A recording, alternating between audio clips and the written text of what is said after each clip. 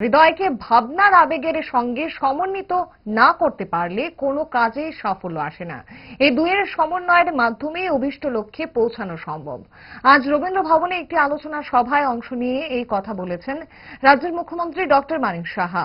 All Tripura NGO ST boarding welfare ট্রাস্টের আয়োজনে ধন্যবাদ সূচক সভার আয়োজন করা হয়। সম্প্রতি জনজাতি অংশের আবাসিক পড়ুয়াদের দৈনিক স্টাইপেন্ডের হার ৮০ টাকা থেকে ১০০ টাকা করায় রাজ্য সরকারকে অভিনন্দন ও ধন্যবাদ জানাতেই এই আয়োজন করা হয়। সভায় প্রধান অতিথি ছিলেন মুখ্যমন্ত্রী।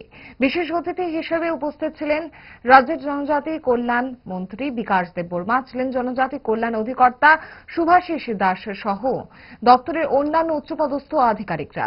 রাজ্যের জনজাতিদের উন্নয়নে রাজ্য ও কেন্দ্রীয় সরকার কতটা আন্তরিক তার তুল্য মূল্য বিচার বিশ্লেষণ আলোচনায় তুলে আনেন মুখ্যমন্ত্রী ডক্টর মানিক সাহা।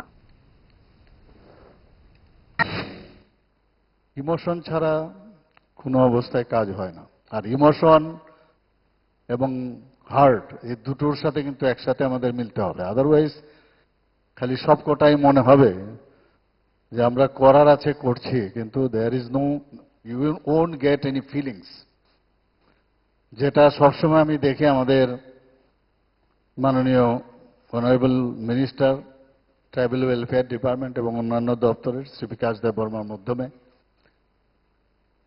উনি সারা দিন অফিসের বাইরেও সমস্ত জায়গায় ঘুরছেন। অ্যাকচুয়ালি আমাদের এখন একটা চেষ্টা যে নতুন Tripura, we have to make one new Tripura. If we make new Tripura, then only new India would be form.